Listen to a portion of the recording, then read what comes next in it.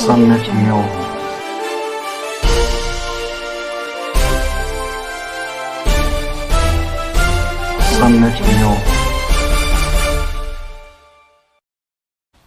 जय भीम. सम्यक न्यूज लाईव्हच्या विशेष बातमीपत्रामध्ये मी विजय निलंगेकर आपलं स्वागत करतो. पाहूयात आजच्या सम्यक घडामोडी.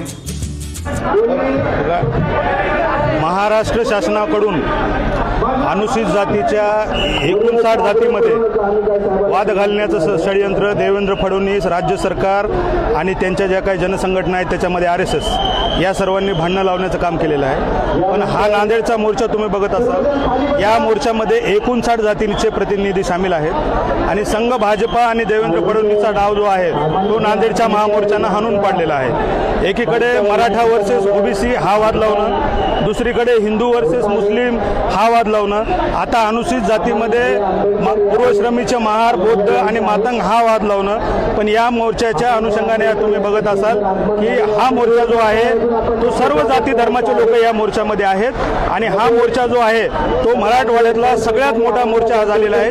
लाखाहून अधिकचे लोक या मोर्चामध्ये आहेत. आमच्या प्रमुख मागण्या या आहेत की गैरसंवैधानिक बदर समिती बरखास्त झाली पाहिजे. 1 ऑगस्ट 2024चा जो सुप्रीम कोर्टाचा निर्णय आहे तो ऐच्छिक आहे. तो निर्णय जो आहे तो कंपल्सरी निर्णय नाही. त्याच्यामुळं महाराष्ट्र शासनानं जे आहे असंवैधानिक पद्धतीनं सुरू असलेलं हे आरक्षणाचं उपवर्गीकरण जे भारतीय संविधानाच्या कलम 341 संसदेला दिलेले जे अधिकार आहेत याचं व्हायलेन्स करत आहेत. त्याच्यामुळे हे काय असंवैधानिक पद्धतीनं सुरू असलेलं उपवर्गीकरण रद्द करण्यात यावे ही आमची या ठिकाणी प्रमुख मागणी आहे.